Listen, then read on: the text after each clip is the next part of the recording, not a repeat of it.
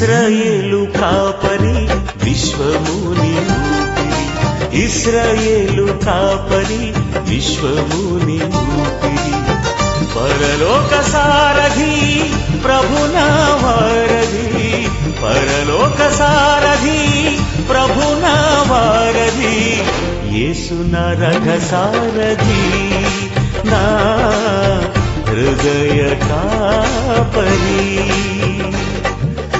ఇశ్రాయేలు కాపరి విశ్వముని ఊపిరి, ఇశ్రాయేలు కాపరి విశ్వముని ఊపిరి.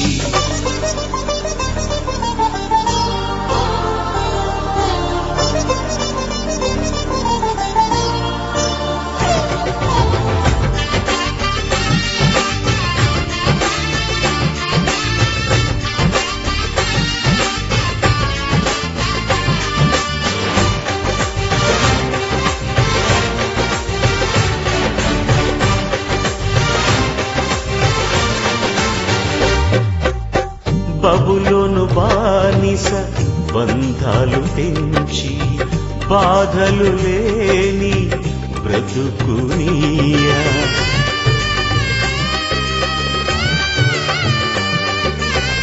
బబులోను బానిస బంధాలు తెంచి బాధలు లేని బ్రతుకునియా, సిలువ కాటాలో శ్రమల కౌగిటిలో, సిలువ కాటాలో శ్రమల కౌగిటిలో రక్తము కాచి రక్షణనిచ్చిన నాయ.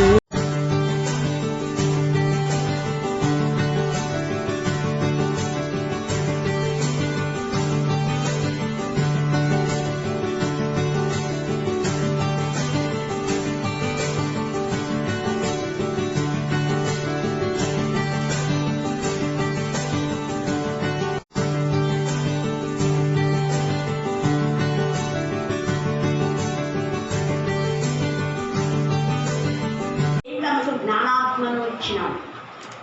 లేకపోతే చూడండి భయపడి ఆమె అయ్యో ఇతన్ని ఒకవేళ నేను మేకు పట్టుకొని కొడదామనే లోపల లేస్తే నన్ను అయిపోయింది ఇక ఎంకలు లేకుండా కూడా చేస్తాడు అని అనుకోవచ్చు కదా. ఆమె అనుకోలే, ప్రాణములకు తెగించింది ఆమె. ఇశ్రాయేలును కాపాడడానికి దెబోరాకు తర్వాత బారాకు సహాయం చేయడానికి దేవుని ప్రజలకు సహాయం చేయడానికి ఆమె వంతు ప్రాణములకు తెగించి ధైర్యంతో పిరికితనం గల ఆత్మానికి లేదు, ధైర్యంతో తెగించి మేకు తీసుకొని సరిగ్గా కలతలో యెహోవా దేవుని నామం పేట అనుకొని యెహోవా విషయమే ఇశ్రాయేలు విషయము అనుకున్నది ఆమె. గిద్యోను కూడా అన్నాడు కదా, యెహోవా విషయమే గిద్యోను విషయం, గిద్యోను విషయమే యెహోవా విషయం.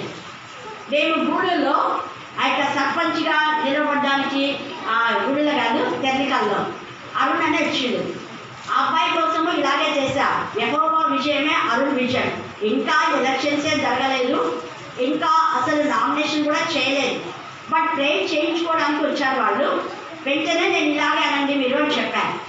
తర్వాత ఇర్మియా 1:19 చదువుకోండి, 15 ప్రకటనలో కొన్ని వచనాలు ఇచ్చి ఇవే మీరు రోజు అబ్బాయి ఇప్పుడు సర్పంచ్గా గెలిచిన అబ్బాయి రోజు లేఖన భాగం చెప్పించుకొని అవి చదువుకొని ప్రాణం చేసుకొని ఇచ్చినందుకు వందనాలను శుద్ధి చేయండి అని చెప్పేదాన్ని. ఈవెన్ జయం వచ్చే వరకు కూడా ఆ పని చేశాను.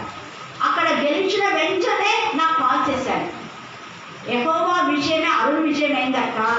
హల్లెలూయా హల్లెలూయా హల్లెలూయా. ఆ అబ్బాయిని సర్పంచ్గా నిలబడకూడదని ఎన్ని దుష్ట శక్తులు అంటే కాల్ చేసినప్పుడు చెప్పేవాడు, అక్క చుట్టుపక్కల అంతా ఎంత పోరాటం ఉందటంటే ఆ పోరాటంలో నువ్వు ఆరాటం పడద్దు అన్నా. నీ పోరాటం నీ ఆరాటం ఏ సైజు ఉంది నీకంటే ఎక్కువగా ఆయన చూసుకుంటాడు. నువ్వు మాత్రం కామ్గా ఉండు, నెమ్మదిగా ఉండు, దేవుడు నీకు విజయం ఇస్తాడు. అది అయిపోయింది.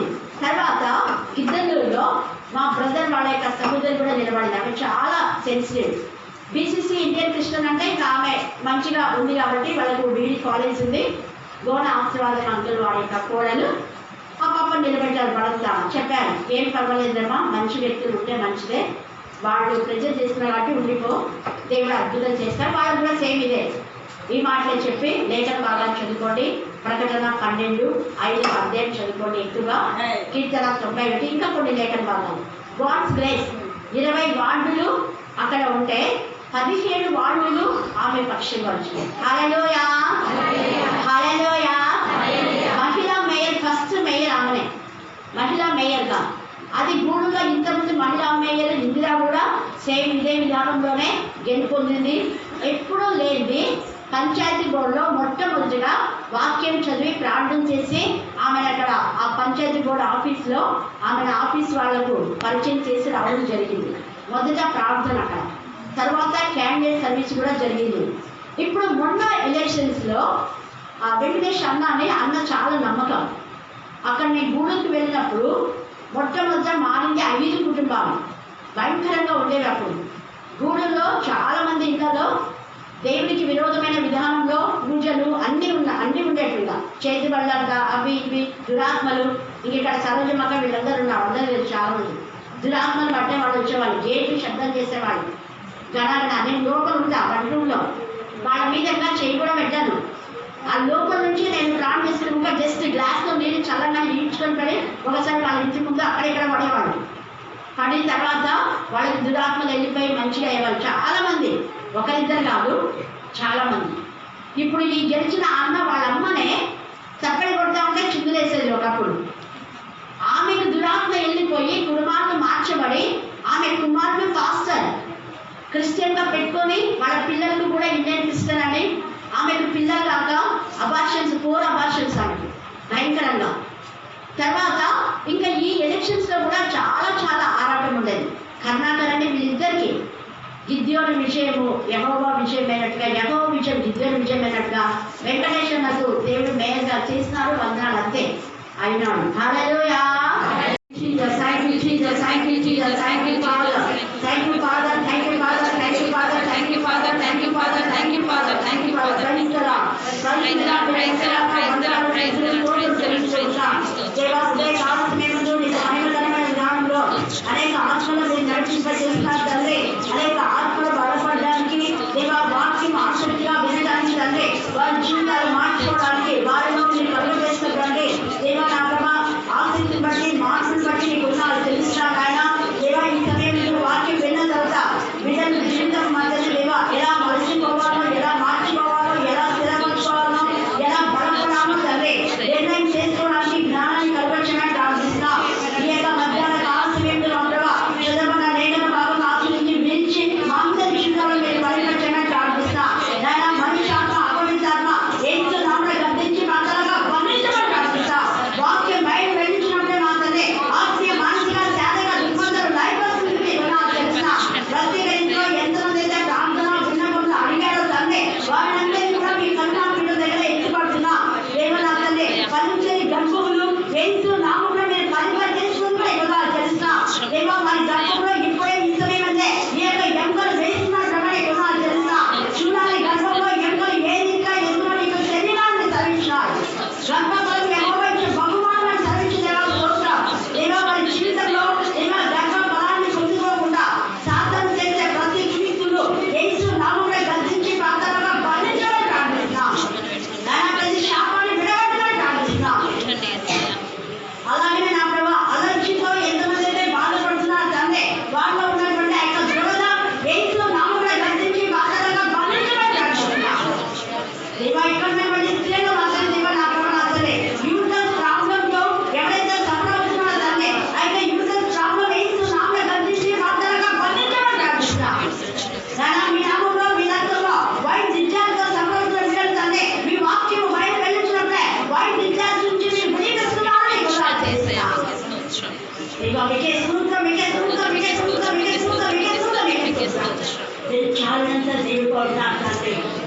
దేవా భార్య భర్తల సమాధానం లేని పరిస్థితిలో అనుమానాలతో నా తండ్రి వారి జీవితం నా తండ్రి దేవా ఎంత బాధకరంగా కన్నీటితో ఉన్నటువంటి బిడ్డలు ఉంటున్నారు తండ్రి మీరు జ్ఞాపకం చేసుకొని వారికి వారి భర్తలకు ఏకమని దయచేసి తండ్రి అనుమానం పిచ్చాలి ఏంటో నామ లయపరచమని ప్రార్థిస్తున్నాం.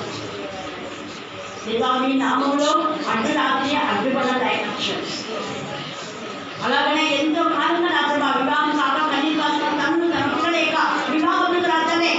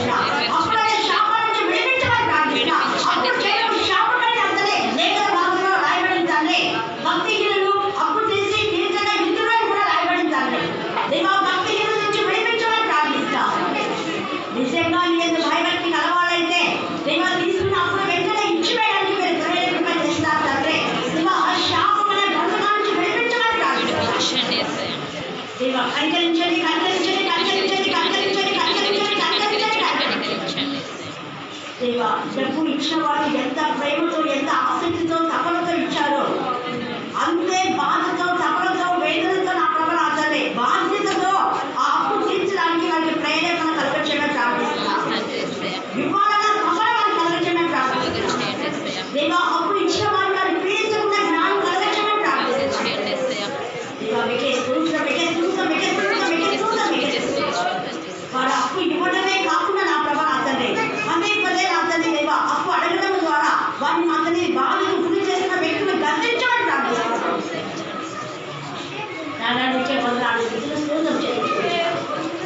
వారి కష్టార్జితం మీరు ఆస్వాదించమని ప్రార్థిస్తున్నాను. దేవా ఎంత కష్టపడి సంపాదించడం నా ప్రభా ఇతరులకు సహాయం చేయడం మంచి మనసుతో వారు చేసిన సహాయాలకు ప్రతిగా అనేకులు వింటారు.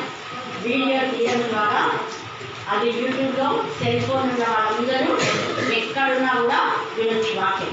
సరే, ఇప్పుడు మన మధ్యాహ్నం వేళ అంశం ఏంటంటే ఉదయమేమో ఇంద్రియ నిగ్రహ శక్తి అని ధ్యానం చేసుకున్నాం. పిరికితనం గల ఆత్మను ఉండకూడదు అని. ఈ యొక్క మధ్యాహ్న కాల సమయమందు శ్రమ అనుభవం ఏంటి చెప్పండి, మళ్ళీ చెప్పండి. శ్రమ అనుభవం, శ్రమలో అనుభవం కలిగి ఉండాలి. శ్రమల అనుభవం ద్వారా అనేక ఆశీర్వాదాలు, అనేక మేలు పొందుకుంటాం. దేవునికి మహిమ ఘనత కలుగుతుంది. మనకు కూడా ఆధ్యాత్మికంగా బలపడి సాతాను బంధకాల నుంచి విడుదల పొందుతాం. అది ఇప్పుడు అంశం. ఈ యొక్క శ్రమ అనుభవంలో మన శ్రమలలో మనం శ్రమ పొందడమే కాకుండా మనతో పాటు కొంతమంది భాగస్తులుగా దేవుడు తయారు చేస్తాడు. నువ్వు అనుకుంటున్నావు నీ జీవితంలో ఒక్కదాన్నే శ్రమ అనుభవిస్తున్నాను అని నువ్వు అనుకోవచ్చు. కానీ నీకంటే ఎక్కువగా శ్రమను అనుభవించే వాళ్ళు చాలామంది ఉన్నారు.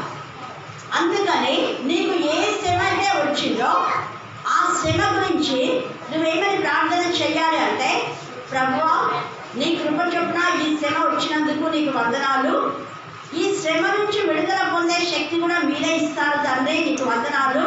అయితే ఇంతకంటే ఎక్కువ శ్రమలలో ఉండే వాళ్ళు ఉన్నారు ప్రభువా, వాళ్ళని కూడా కనికరించి ఈ శ్రమల నుంచి వాళ్ళని విడిపించు అని ఎప్పుడైతే నువ్వు ప్రార్థన చేస్తావో అప్పుడు ఆ శ్రమ నుంచి నువ్వు విడుదల పొందుతావు, వేరే వాళ్ళు విడుదల పొందుతారు, దేవునికి మహిమ కలుగుతుంది, నీకు ఆశీర్వాదం వస్తుంది. హల్లెలూయా, హల్లెలూయా, హల్లెలూయా. అదే అన్నమాట. శ్రమలలో మనం కూడా భాగస్థం కావాలి. ఇతరులు శ్రమ పడుతున్నారని వాళ్ళ బాధకు వాళ్ళను వదిలేయకూడదు, వాళ్ళ శ్రమకు వాళ్ళను వదిలేయకూడదు. వాళ్ళ శ్రమలలో, వాళ్ళ బాధల్లో, వాళ్ళ వేదనలో, వాళ్ళ కన్నీళ్ళలో మనం కూడా భాగస్థం కావాలి అంటే వాళ్లకు మనకు తెలిసిన వాక్యాలు చెప్పడం, వారితో కలిసి ప్రార్థన చేయడం, వాళ్ళని ఆదరించడం, అలాగనే అనేకులకు వాళ్ళ యొక్క మరి ప్రే పాయింట్ చెప్పి ప్రార్థన చేయించాలి. ఇది మన బాధ్యత. అలాగా ఈ దెబోరా అనే ఒక వ్యక్తి ఉంది. ఈమె మనము ఈ యొక్క న్యాయాధిపతులు 4వ అధ్యాయము మీరు 4వ వచనం నుంచి కొన్ని వచనాలు చదువుకుంటే ఆమె గురించి మనకు తేటగా అర్థమైపోతుంది. ఈ 4వ అధ్యాయంలో ఈ దెబోరా అనే ఆమె ఒక ప్రవక్తిని. ఆమె లక్ష్మీదూతకు భార్య, అంటే ఒక మంచి భార్య, ఒక కుటుంబ వ్యవస్థ కలిగినటువంటి ఒక స్త్రీ. అంతేకాకుండా ఆమెకు ఒక మంచి గవర్నమెంట్ జాబ్ కూడా ఉంది, న్యాయాధిపతి. అంటే ఆమె ఒక జడ్జి అన్నమాట. జడ్జి అంటే ఎంత బిజీగా ఉంటారు కదా, లాయర్స్, జడ్జిస్ ఎంత బిజీగా ఉంటారు. అంత బిజీ లైఫ్లో కూడా ఆమె నేను గవర్నమెంట్ ఎంప్లాయీని, పెద్ద జడ్జిని, నేను పెద్ద ఒక కుటుంబానికి మరి యజమానురాలుగా ఉన్నాను కాబట్టి నా పట్ల నాకు ఎక్కువ, ఇక మీతో నేను సహకరించను అని చెప్పలేదా. ఇక్కడ ఇవి ఏం చేస్తుంది అంటే సరళ వృక్షం కింద న్యాయాధిపతిగా ఉంది.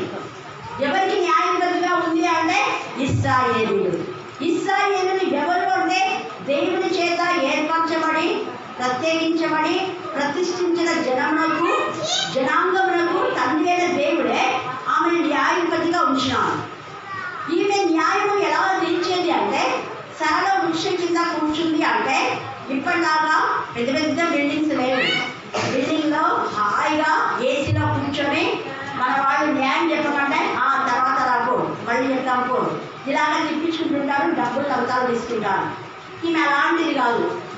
ఈమె ఎవరైనా కూడా తన బంధువులైనా తన ఇంటి వారైనా ఎవరికైనా కూడా న్యాయంగా పక్షపాతం లేకుండా న్యాయం తీర్చేది.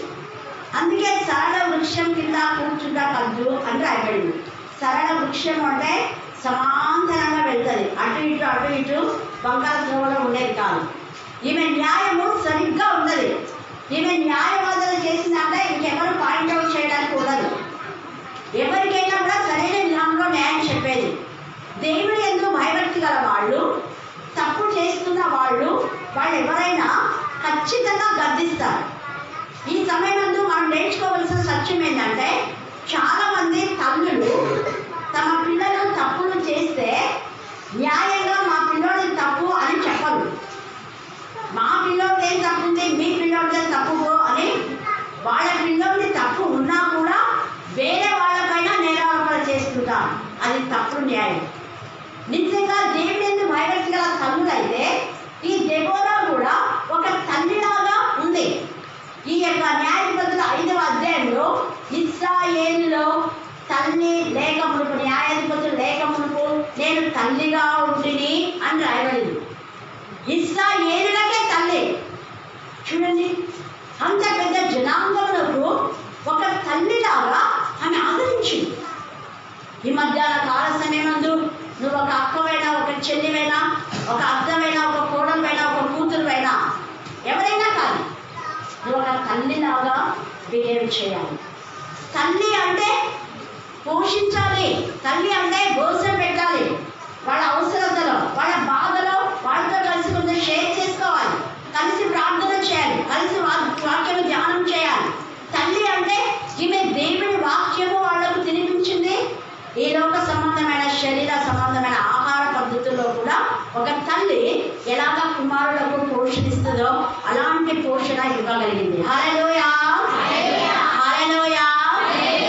అంటే ఇశ్రాయేలులో చాలా మంది తల్లులు తమ పిల్లలకు సరైన విధానంలో పెంచలేదు, సరైన పద్ధతిలో పోషణ ఇచ్చి ఉంటారు. చాలా మంది తల్లులు పిల్లలను కానీ అలాగ పెంచరు. ఉద్యోగాలని చెప్పి వెళ్ళిపోతుంటారు, ఉద్యోగాల మీద పడిపోతుంటారు, పిల్లలు సరిగా చూసుకోరు. ఇలా ఎవరో ఏ అత్తనో ఆడపడుచు మీద పెట్టేసి వెళ్ళిపోతుంటారు. సరిగా ఆడపడుచు చూసుకోలేదనుకోండి ఆమె దుమ్మెత్తికి వస్తుంటారు. వాళ్ళ అత్తమ్మ సరిగా చూడలేదనుకోండి ఆమె తిట్టుకు వస్తుంటారు. నేను ఉద్యోగంపై సంపాదిస్తుంటే కనీసం పిల్లలు కూడా చూసుకోలేవా అని ఇష్టానుసారంగా తిట్టేటటువంటి కోడళ్ళు కూడా ఉన్నారు, కూతుళ్ళు కూడా ఉన్నారు. ఎవరైనా కాదు, ఈ మధ్యాహ్న కాల సమయంలో న్యాయమైన విధానంలో ఉండాలి. అందుకే న్యాయాధిపతులు. ఆమె ఎవరైతే ఏ తల్లైతే సరిగా తన పిల్లలను పెంచగా, తన పిల్లలను సరిగా చూడక ఉందో వాళ్ళను సరైన మార్గంలో పెట్టగలిగింది ఈ దెబోరా. దెబోరా తప్పును తప్పుగా ఖండించేది. ఎవరు తప్పు చేసినా కూడా ఆమె ఓర్చుకునేది కానే కాదు. ఒక తల్లిగా వారికి సరైన పోషణ ఇచ్చేది, వాక్యానుసారంగా వాళ్ళ ఆత్మీయంగా నడిపించగలిగింది దెబోరా. అందుకనే ఆమె గురించి తల్లి ఇశ్రాయేలీయులలో తల్లిగా నేను ఉంటిని అని మాట్లాడుతుంది. 5వ అధ్యాయం మీకు అంతా చదువుకోండి, చాలా పోర్షన్ ఉంది ఇక్కడ, మనకు అంత టైం లేదు కాబట్టి క్లుప్త వివరణ. లప్పీదోతుకు భార్య ఒక మంచి భార్యగా ఉంది. ఇశ్రాయేలు జనాంగమునకు ఒక మంచి న్యాయాధిపతిగా ఉంది, ఒక మంచి తల్లిగా ఉంది. అంత మాత్రమే కాదు, సమాజంలో లేకపోతే ఇశ్రాయేలుల మేలును కోరేటటువంటి ఒక స్త్రీ. హల్లెలూయా, హల్లెలూయా, హల్లెలూయా. ఈ ఇశ్రాయేలు జనాంగమును పాడు చేయడానికి, ఇశ్రాయేలు జనాంగమును నాశనం చేయడానికి సిసేరా అనే ఒక దుష్టుడున్నాడు. ఆ దుష్టుడు ఇశ్రాయేలును పదే పదే బాధ పెడుతూ ఉంటాడు. అలాంటి సమయంలో ఈమె ఒక మంచి ప్రవక్త కూడా. ప్రవక్త అంటే యథార్థంగా వాస్తవాన్ని ఉన్నది ఉన్నట్టుగా చెప్పే వాళ్ళనే ప్రవక్త అంటారు, ప్రవక్తని అంటారు. ఉన్నవి లేనివి కలిపి చెప్పే అబద్ధ ప్రవక్తలు కూడా ఇప్పుడు ఉన్నారు. అలాంటి వాళ్ళ విషయమే జాగ్రత్తగా ఉండాలి. అలాంటి ప్రవక్తలు మీ ఇంట్లో ఏ సమస్య లేకపోయినా కూడా, ఇంట్లో ఏదో సమస్య ఉంది 3 రోజులు ప్రార్థన పెట్టించండి అని ప్రార్థన కోసం, ఉపవాసం కోసం ఏమేమో తెప్పించి డబ్బులు ఇప్పించుకొని హంగామా చేసే వాళ్ళు కూడా ఉన్నారు. అట్లాంటి అబద్ధ ప్రవక్తలను బోధకులను నమ్మొద్దండి. వాక్యానుసారంగా ఉండేవాళ్ళు వాక్యము ద్వారానే వాళ్ళు ఏమిటో ఎవరో అని మీరు గుర్తించగలుగుతారు. వాళ్ళ ప్రవర్తన తెలుసుకొని వాళ్ళతో పాటు వెళ్ళండి అని కూడా వాక్యంలో రాయబడింది. ఈ యొక్క ప్రవక్తిని ఏం చేసింది అంటే ఆమె బారాకు అనే ఒక వ్యక్తి ఉన్నాడు. ఆయన మంచి సైన్యాధిపతి. అతన్ని పిలిపించింది. ఏంటి బారాకు, నువ్వు ఊరికే మౌనంగా ఉన్నావేంటి?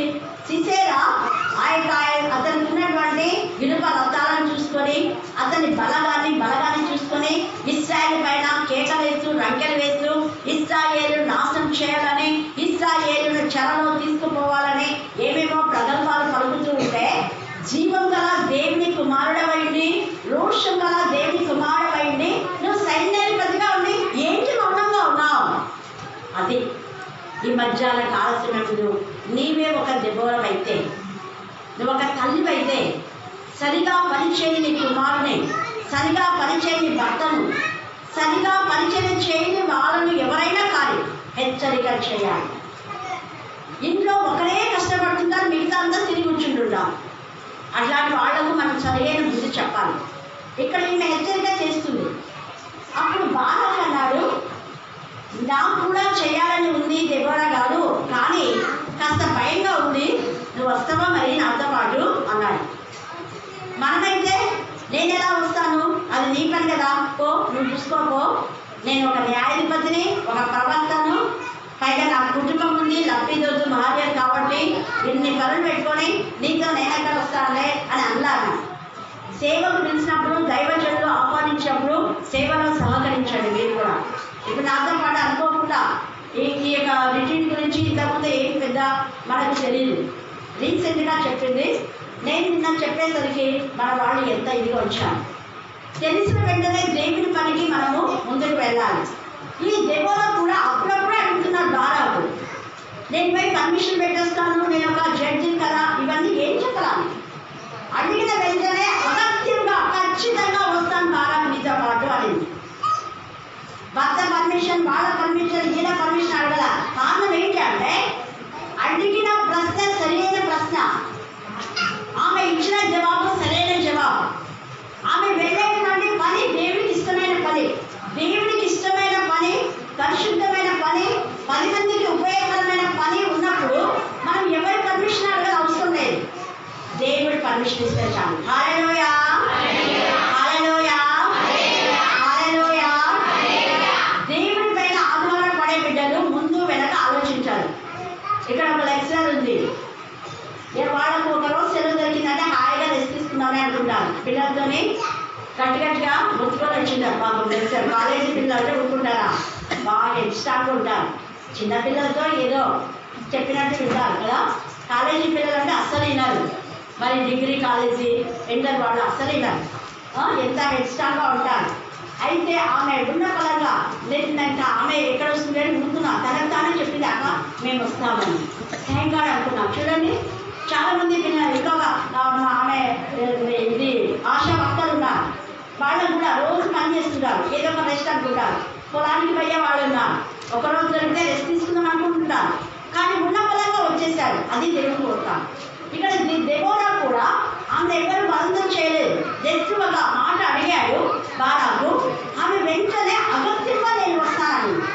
ఈ యొక్క మధ్యాహ్న కాల సమయమందు సహకరించే మనసు నీకు ఉన్నప్పుడు అనేక ఆశీర్వాదాలు దేవుడిని కలుగజేస్తాను.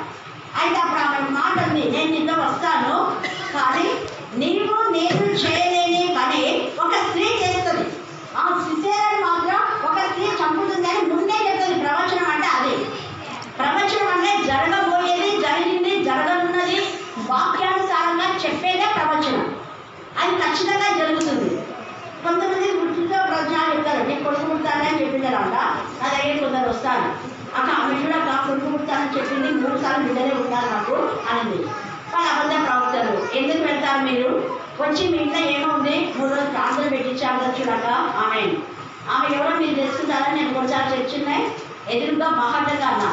తర్వాత అర్థమైపోయింది ఆమె అంటే ఏంటో. దేవుని సేవకు అనేవాళ్ళు రాజకీయంలోకి వెళ్ళదు, రాజకీయంలో నిలబడేదారు.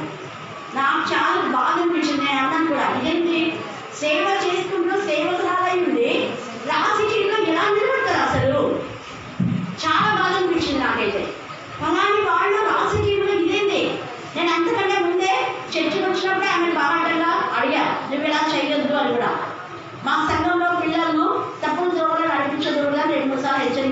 చేయడం జరిగింది. అయినా కూడా ఇలాంటి విషయాలు ఎందుకు నేను మాట చెప్తున్నా అంటే, అలాంటి వాళ్ళు వేరే వేరే చోట వెళ్ళి అమాయక ప్రజలను ఏం చేస్తున్నారంటే భ్రమపరుస్తూ ఉంటారు. భ్రమపరిచే ఆత్మలోకి వెళ్ళొద్దు. వెళితే నీకు నీ కుటుంబానికి క్షేమం ఉండదు అని చెప్తున్నాను. అలాంటి వాళ్ళ సహవాసంలో ఉండద్దని వాక్యంలో తేటగా రాయబడింది. అందుకనే ఈమె వాస్తవాన్ని చెప్పిన ప్రవక్త. అలాగనే జరిగింది. ఈ యొక్క న్యాయాధిపతులు 5వ అధ్యాయంలో మీరు చదివితే యాయేలు అనేటటువంటి ఒక స్త్రీ, ఆమె కూడా స్త్రీనే. చూడండి, ఆమె పిరికితనం గల ఆత్మ లేదు, ఇంద్రియ నిగ్రహణ శక్తి ఆమెకు ఉంది. ఆమె ఈ యొక్క దెబోరా బారాకుకు శ్రమ పడుతున్నారు. వాళ్ళు ఏం కోసం శ్రమ పడుతున్నారు అంటే ఇశ్రాయేలులకు క్షేమస్థితి కావాలి అని, ఇశ్రాయేలులు ఈ సిసెరా బంధకాల నుంచి విడిపించబడాలి అని ప్రయాసపడుతున్నారు. వారి ప్రయాసలో, వారి శ్రమ అనుభవంలో ఈమె కూడా తనవంత పని ఆమె చేసింది. హల్లెలూయా, హల్లెలూయా, హల్లెలూయా. అనుకోని విధానంలో యాయేలు గుడారంలోకి ఈ యొక్క దెబోరా బారాకు తరుగుతా ఉంటే తాళలేక ఇశ్రాయేలు సైన్యానికి భయపడి ఈ యాయేలు యొక్క గుడారంలోకి వెళ్ళిపోతాడు. యాక్చువల్గా యాయేలు వాళ్ళ సంబంధికురాలే, వాళ్ళకి సంబంధించిన ఆమె. ఆ ప్రాంతంలో వెళ్ళి వాళ్ళు అక్కడ నివాసం చేసి ఉంటారు. ఇశ్రాయేలీలలో వాళ్ళు చేరికై ఉంటారు. అయితే ఆమె ఎప్పుడైతే అక్కడ కాపురం చేస్తుందో అప్పటి నుంచి ఇశ్రాయేలులను సిసెరా పెట్టే బాధలన్నీ విడితారు. ఇశ్రాయేలు యొక్క ఘోష ఆమె తెలుస్తుంది. తనకు సంబంధించిన వ్యక్తి అయినా కూడా దేవుడి ప్రజలు ఇంతగా బాధ పెడుతున్నాడా, వీడికి తగిన బుద్ధి చెప్పాలి అని ఎప్పటి నుంచి అనుకుందో తెలీదు. ఆమె హృదయంలో అనుకున్నది దేవుడికి తెలిసిపోయింది. సరిగ్గా దేవుడు అదే సమయానికి ఆమె గుడారంలోకి సిసెరాను పంపిస్తాడు. సిసెరా, ఇక పెద్ద స్టోరీ ఉంది. సిసెరా అలసిపోయి నిద్రపోయిన వాళ్ళలాగా దాహం అంటాడు. దాహానికి నీళ్ళు ఏమంటే ఆమె పాలిస్తుంది. పాలు నిద్రకి గుర్తుంది. మీకు నిద్ర రాకపోతే చక్కగా పాలలో కొంచెం పసుపు వేసుకొని తాగండి, మంచి నిద్ర వస్తుంది. హల్లెలూయా, హల్లెలూయా, హల్లెలూయా. పాల గుడ్డినిస్తే అవి తాగి బాగా మస్తుగా నిద్ర వెళ్ళాడు. వేసానికి వందనాలు, నీ రక్తంలో నన్ను కడిగిన వేసానికి వందనాలు. నీ యొక్క నా పాప శిక్షను నువ్వు భరించా వేసానికి వందనాలు. ప్రభు నా ఘోర పాపాలను తుడిచివేసిన ప్రభా నీకు వందనాలు. నాయన భయంకరమైన నరకం నుంచి నన్ను తప్పించినందుకు నీకు వందనాలు. ప్రభా ఈ శోధనలో పడకుండా నన్ను కాపాడేందుకు నీకు వందనాలు యేసయ్యా, వందనాలు యేసయ్యా, వందనాలు యేసయ్యా. నీ కనికరం చాలు యేసయ్యా, నా భక్తి కాదు యేసయ్యా, నా శక్తి కాదు యేసయ్యా, నీ కృప చాలు యేసయ్యా, నీ వాత్సల్యం చాలు యేసయ్యా, నీ ప్రేమ చాలు యేసయ్యా. నీ వాక్యం ద్వారా నన్ను భయంకరమైన జిగటగల భూమిలో నుంచి పైకి లేవనెత్తాను యేసయ్యా, నీకు వందనాలు యేసయ్యా అనండి. ఆ పాపపు భూమి నుంచి బయటకు వస్తాం. జిగటగల భూమిలో నుంచి ఒక కాలు పైకి తీస్తున్నా, ఇంకో కాలు కూలిపోతుంది. ఒక అప్పు తీస్తుంది, మళ్ళీ ఇంకొక అప్పు, పిల్లలు ఉంటుంది అప్పులు, అప్పులు అప్పులు అప్పులు అప్పులు. కారణం ఒకటే, దేవుడి పైన ఆధారపడ్డండి. దేవుడి పైన ఆధారపడితే ఆ కష్టార్జితము ఎలా ఉపయోగించాలో దేవుడు నీకు జ్ఞానం ఇస్తాడు. ఒకరు బాగా కష్టపడుతున్నారు, మిగతా వాళ్ళు విచ్చలవిడిగా డబ్బును వృధా చేస్తూ ఉంటారు. వాళ్ళకి డబ్బు విలువ తెలియదు. తెలిసేలా దేవుడి సంగ ప్రార్థన చేయండి, వాళ్ళు తెలుసుకోగలుగుతారు. ఈ సాయంకాల సమయమందు ఇంద్రియ నిగ్రహణ శక్తి మనం కలిగి ఉండాలి. శ్రమ అనుభవంలో ఇతరుల శ్రమలో మనం పాలువారు కావాలి. ఇతరులు పాపం చేసినప్పుడు వాళ్ళని పాపేని పాయింట్ చేయడం కాదు. దేవా, వాళ్ళని శోధన నుంచి తప్పించిన ఆయనను ప్రార్థన చేయి. నువ్వు ఆ శోధనలో పడవు, వాళ్ళు శోధన నుంచి విడుదల పొందారు. తద్వారా దేవునికి మహిమ కలుగుతుంది. హల్లెలూయా, హల్లెలూయా, హల్లెలూయా. అనేక మంది మానసికంగా కృంగిపోయిన వాళ్ళు వస్తుంటారు అక్కడికి కరుణాపీఠంలో. నేను ఒకటే చెప్తా, దేవా వీళ్ళు కరుణాపీఠంలో ఉన్నారు ప్రభా, వీళ్ళు తుమ్మకర్రలాగా చూస్తే అన్నారు, తుమ్మకర్రలాగా వీళ్ళని అటు ఇటు తన్నేస్తున్నారు, మాటలతో గుర్తేస్తున్నారు, వీళ్ళ హృదయం గాయపరచబడింది యేసయ్యా.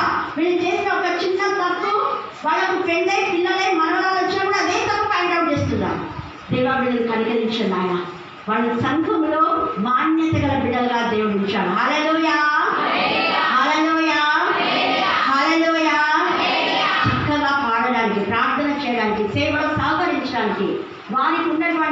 నింద దేవుడు తొలగించాడు. ఎందుకు అంటే దేవుని సన్నిధిలో వాళ్ళు ప్రార్థించడం ద్వారా, స్తుతించడం ద్వారా, దేవుని గణపరచడం ద్వారా, దేవునికి ప్రథమ స్థానం ఇవ్వడం ద్వారా. కాబట్టి ఈ సాయంకాల సమయం నందు నువ్వు ఒక దెబోరాలాగా ఉండాలి, బారాకు లాగా ఉండాలి, యాగేల్లాగా ఉండాలి. అయితే ఇంతవరకు మనము దేవునికి మహిమకరమైన స్త్రీలను చూసాం. ఇంకా ఇద్దరు స్త్రీలు చెప్పి నేను ముగిస్తాను. యెజబెల్ అనే స్త్రీ లాగా మీరు ఉండొద్దండి. ఈ యెజబెల్ అనే స్త్రీ దేవునికి విరోధమైంది. యెజబెల్ అనే స్త్రీ తలంపులు ఎలాగంటే దేవుని పిల్లలకు వ్యతిరేకంగా ఆలోచించే తలంపులు, దేవుని పిల్లలను నాశనం చేసే తలంపులు, దేవుని పిల్లల యొక్క ఆస్తిని లాక్కునే తలంపులు. యెజబెల్ అనే స్త్రీ కష్టపడదు. యెజబెల్ అనే స్త్రీ ఎంతసేపు తన యొక్క స్వార్థం, తాను, తన భర్త, తన పిల్లలు, అంతే. ఈ సాయంకాల సమయమందు నీవు కూడా, నీవు, నీ భర్త, నీ పిల్లలనే స్వార్థంతో ఉన్నావేమో. అలాగా ఉంటే యెజబెలుకు వచ్చే ఉగ్రతనే వస్తుంది. ఆ ఉగ్రత నుంచి తప్పించబడాలి అంటే నీవు ఇతరులకు సహకరించే స్త్రీగా ఉండాలి. ఒకటి. రెండవది, ఇతరులని ఆశించదు. ఈ యెజబెలు తన భర్త ఆహాబు వాళ్ళు ఏం చేస్తున్నారంటే కష్టపడకుండా వేరే వాళ్ళు కష్టపడినటువంటి నాబోతు యొక్క ద్రాక్ష తోటను తాము లాక్కోవాలని ప్రయత్నించి ఆ ప్రయత్నం కొనసాగకపోతే ఏం చేసింది ఆమె అంటే నాబోతును చంపించింది. నువ్వు ఒకవేళ నరహత్య చేయకపోవచ్చు, మాటల ద్వారా చంపేస్తున్నావేమో నీ ఇంట్లో వారిని, మాటల ద్వారా మానసికంగా బాధ పెడుతున్నావేమో. నీది కాని దానికోసం, నీదైతే దానికోసం ప్రయత్నం చేయ పర్వాలేదు, కానీ నీది కానిది నువ్వు ఆశించొద్దు. ఏదైనా కూడా పొరుగు వాడిది ఏది ఆశించొద్దు అని రాయబడింది. మనల్ని ఏం చేస్తారంటే ఎప్పుడు పొరుగుందే కావాలి.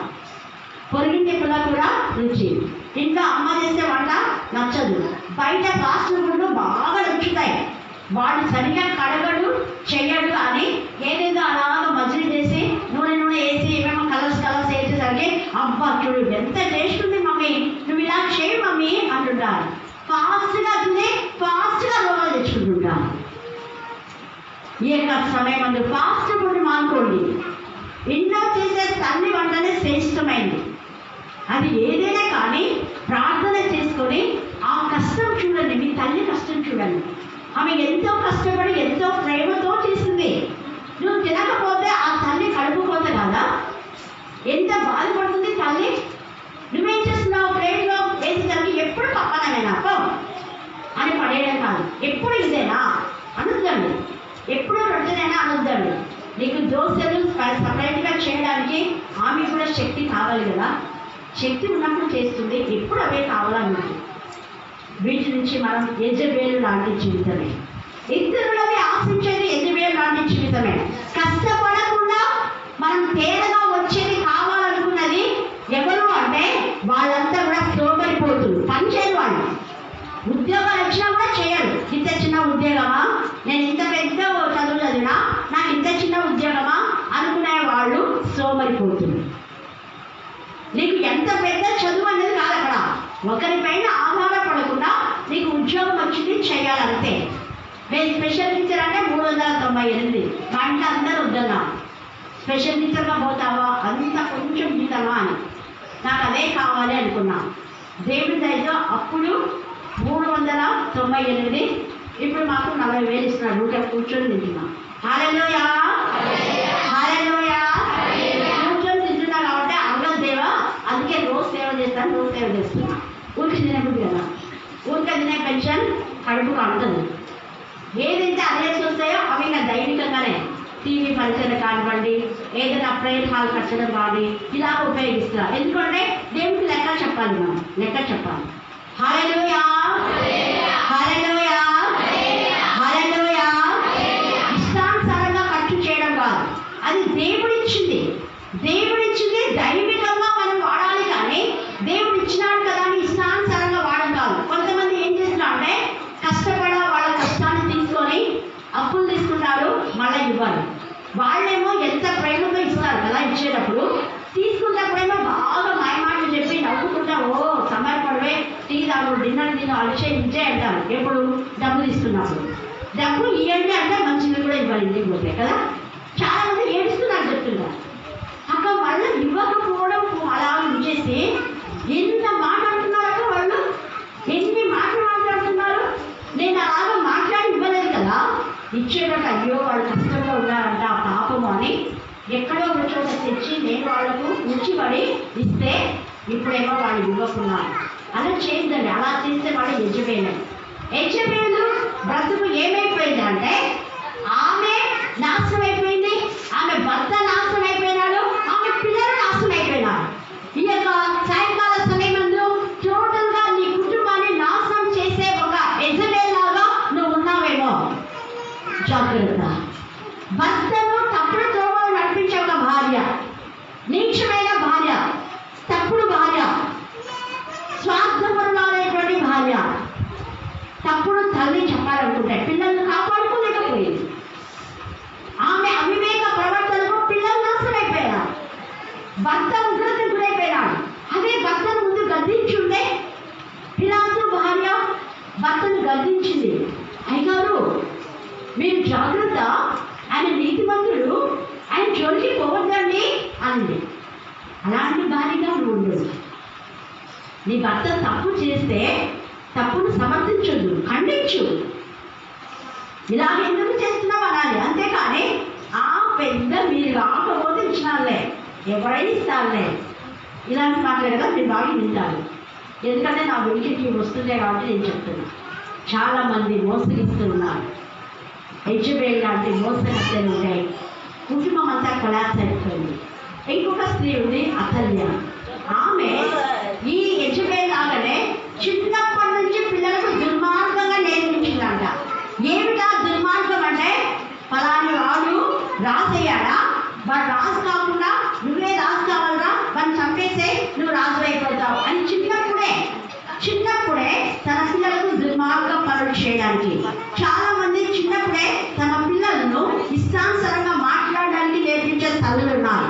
వాళ్ళ ఇంటికి పోవద్దు, వాళ్ళు పెట్టింది తినొద్దు, వాళ్ళ ఆస్తి లాక్కో, వాళ్ళ డబ్బులు తీసుకో, వాళ్ళని మోసగించు, ఇలాగా దౌర్జన్యం చేయడానికి పిల్లలకు నేర్పిస్తుంది. వాళ్ళని కొట్టి రాపో, వీళ్ళని కొట్టి రాపో. చాలా మంది వాళ్ళ కన్నా కారం వేసి కొట్టే వాళ్ళు కూడా ఉన్నారు. దుర్మార్గ పనులు. అలాంటి తల్లులను దేవుడు ఎప్పుడూ క్షమించాడు. అతల్య తన కుమారులందరూ కూడా చనిపోయారు. కారణం ఏంటి అంటే తన పిల్లలకు దుర్మార్గ పనులు నేర్పించినందుకు వలననే. అలాగనే హెరోదియ కూడా దేవుడికి విరోధమైన విధానంలో భక్తులు తప్పుడు త్రోవలోకి నడిపించింది. హేరోదు చనిపోయాడు, హెరోదియా చనిపోయింది. అయితే సలోమిక ఆమె కుమార్తె ఆ యోహాను తల నరికిన వెంటనే ఆమె మార్పు పొందింది. ఆమె జీవితం మార్చుకుంది. ఒక మంచి దేవుని సాక్షిగా నిలబడింది. హల్లెలూయా, హల్లెలూయా, హల్లెలూయా. సౌలు లాంటి దుర్మార్గపు ఆలోచన యోనాతానుకు లేదు. యోనాతానుకు మంచి ఆలోచన కలవాడు. తన కొడుకు అయిన మెఫీబోషెతును కూడా మంచి ఆలోచనలో పెంచాడు. అందుకనే యోనాతాను చనిపోయినా కూడా యోనాతాను యొక్క కొడుకు మెఫీబోషెతు రాజరికపు స్థితిని దావీదు దగ్గర అనుభవించాడు. అంటే తండ్రి యొక్క బ్లెస్సింగ్స్, తండ్రి ప్రవర్తన, తండ్రి యథార్థ స్థితి. యోనాతాను తన తండ్రి తప్పు చేస్తుంటే గద్దించాడు. తన తండ్రిని చూడాలి. చాలా మంది మీ తండ్రుల తప్పును సమర్థిస్తారు, మీ తల్లుల తప్పును సమర్థిస్తారు, మీ అన్నదమ్ముల తప్పును సమర్థిస్తారు. సమర్థించే వాళ్ళు ఎప్పటికీ దేవుని బిడ్డలు కాదు. ఇది గుర్తుపెట్టుకోండి. ఎవరైనా కానీ మీరు వాళ్ళ తప్పు అంటే ఖచ్చితంగా ఖండించాలి. ఖండించగలిగిన వాళ్ళే దేవుని బిడ్డలు.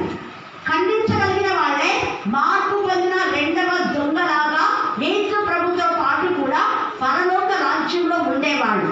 ఇది గుర్తుపెట్టుకోండి. అక్కడ రెండవ దొంగ అంతమందిలో చావు బ్రతుకుల మధ్య ఉండి కూడా పక్కనున్న దొంగలు గద్దించి